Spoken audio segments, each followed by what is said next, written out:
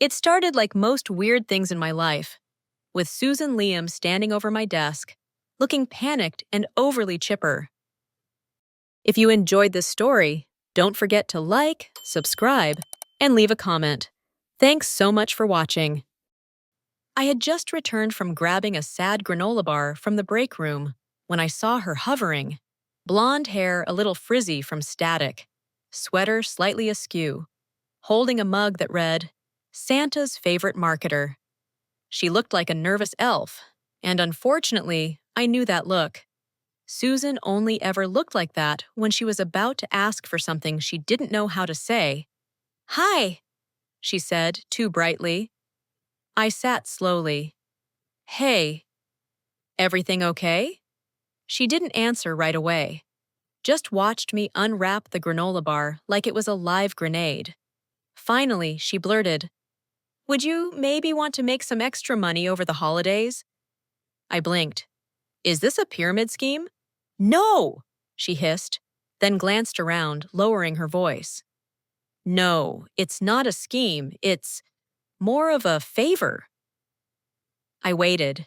Susan was a whirlwind in a cardigan, cheerful, soft-voiced, always bringing cupcakes for the office, and crying at pet adoption ads. We worked on different teams, but sat near each other. I liked her well enough, mostly because she never asked much of me. Until now. I, told my parents I'm married. Okay? To a woman. I paused mid-chew. You're not married. Exactly, she said, wincing. It was a stupid lie to get them off my back last spring. They kept asking when I was going to settle down, and I panicked and said I already had. And now they want to meet your imaginary wife. She nodded. And you want me to pretend to be her. Another nod. I leaned back, stunned. Why me? Because you're calm and smart, and you don't talk too much, and you're not overly dramatic. You mean I'm antisocial? No, I mean, you're the only person I trust not to turn this into a circus. I stared at her, trying to tell if this was a fever dream.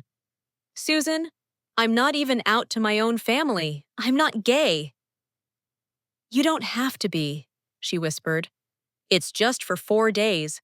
I already told them your name. They think you're amazing. Please, Sienna.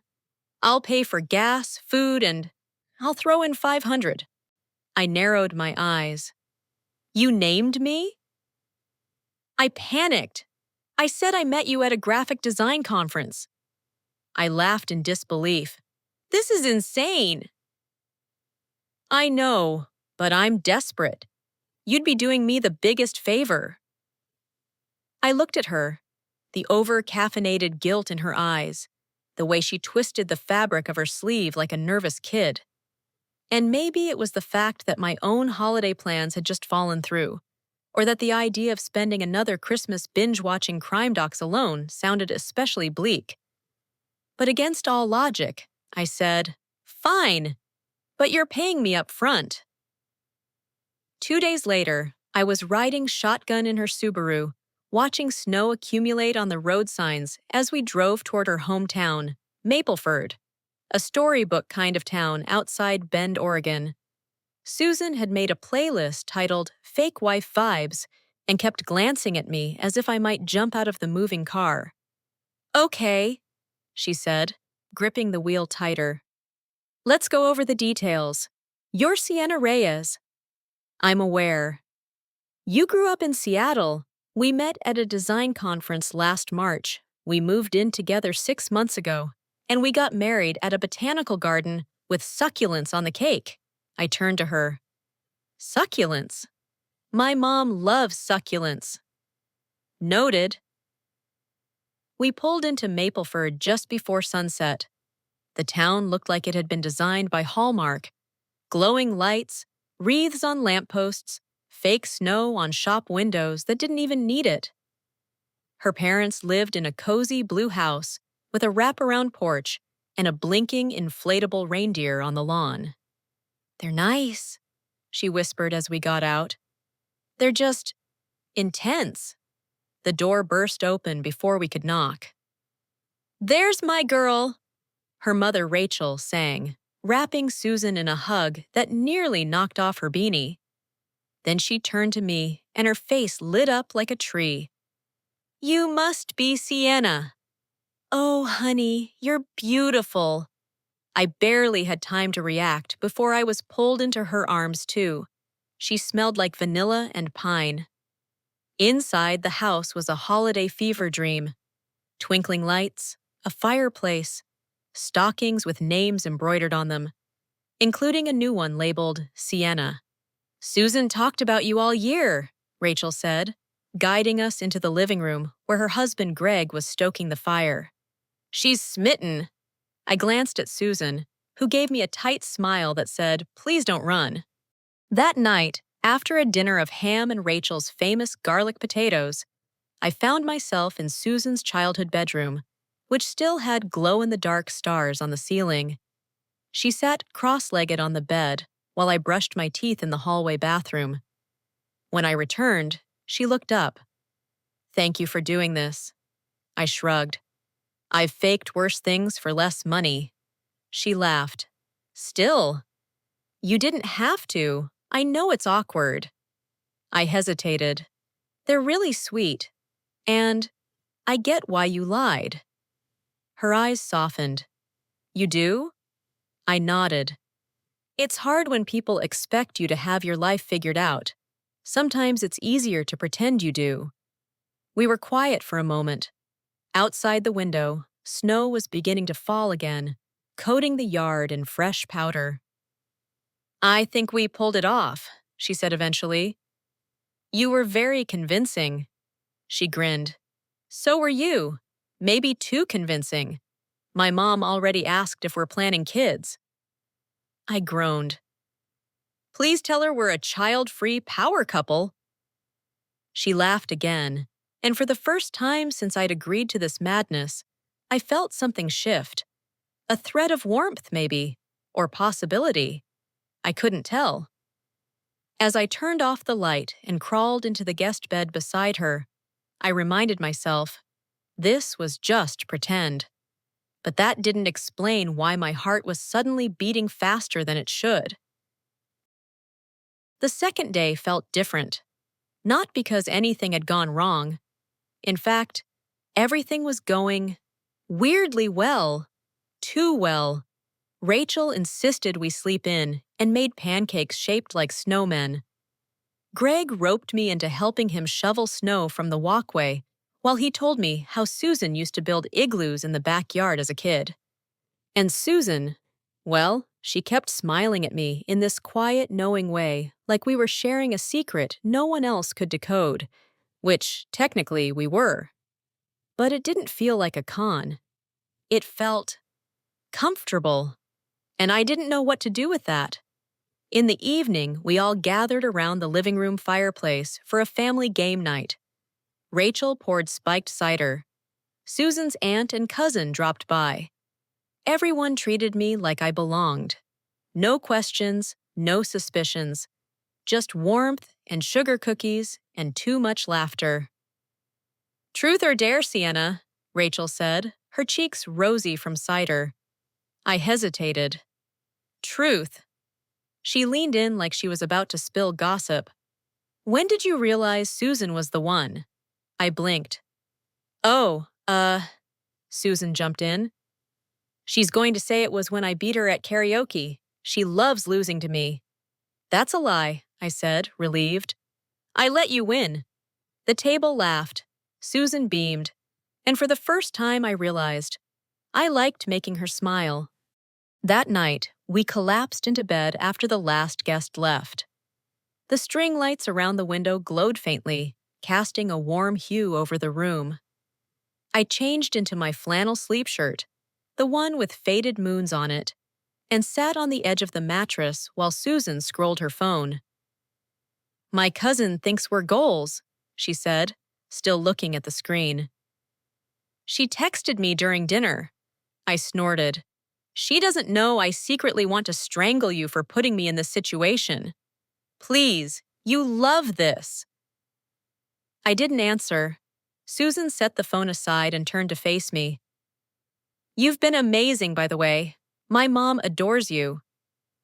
She keeps offering to show me baby pictures of you in duck pajamas. Susan groaned, flopping back on the bed. Kill me. I laughed, and the sound surprised me. When was the last time I'd laughed like that with someone? The room fell quiet. The soft sound of wind outside. The hum of the heating vent. Susan spoke again, her voice softer now. Can I ask you something kind of weird? I looked over. Sure. Do you ever feel like you're playing a role in your own life? Like, you're saying the right lines and hitting your cues, but it's not you? I didn't answer right away. Because yes, I did. I had felt that way for years. In meetings, in friend groups, even at family dinners back home. Like I was always performing someone easier to understand. I get that, I said finally. More than I want to admit. She nodded. It's strange, isn't it? That pretending with you feels more real than most things I do. I looked at her then. Susan, so bright and put together on the outside, was full of shadows underneath. Not dark ones, just unspoken ones. I recognized them. I had the same ones. Without thinking, I shifted closer. It doesn't feel fake to me either. Her eyes met mine. Then what does it feel like? I swallowed. My heart thudded in my chest, sharp and insistent. Like maybe I don't want this to end on Monday. She didn't say anything. Instead, she leaned forward, so close I could feel her breath on my cheek. And then, softly like asking permission, she kissed me. It wasn't dramatic. It didn't crash through me like a tidal wave. It was slow, hesitant, a question more than a declaration. But something inside me still answered yes. When we pulled apart, I couldn't breathe. That was, she started. Unexpected? I offered. She smiled, lips pink and slightly parted. Yeah. I looked down at my hands, the nerves rushing back. Was it a mistake? She shook her head. No, but I don't know what it means. Neither did I. So we didn't define it. We just let it be. The next day was Christmas Eve. The house was buzzing with last-minute prep for dinner. Rachel pulled out the fancy dishes. Greg lit every candle in the house. Cousins arrived with casseroles. An uncle brought a bottle of wine and immediately spilled half of it on the tablecloth. Through it all, Susan and I played our parts. The loving couple, the in-sync pair. But something was different now. Our fingers brushed more often. We exchanged glances that lasted longer than they should. When she laughed, I watched her mouth instead of the punchline. In the kitchen, we frosted sugar cookies side by side, while Rachel told us stories about Susan's disastrous first attempts at baking. She once used salt instead of sugar in a birthday cake, Rachel said, laughing. We pretended it was edible. She still does that, I said automatically. Susan elbowed me. Slander. Rachel shook her head, still smiling. You two are perfect for each other. My hand slipped, icing smearing across the counter. I stared at it like it might give me a script for how to respond. Perfect. The words stuck to me like glue and wouldn't let go.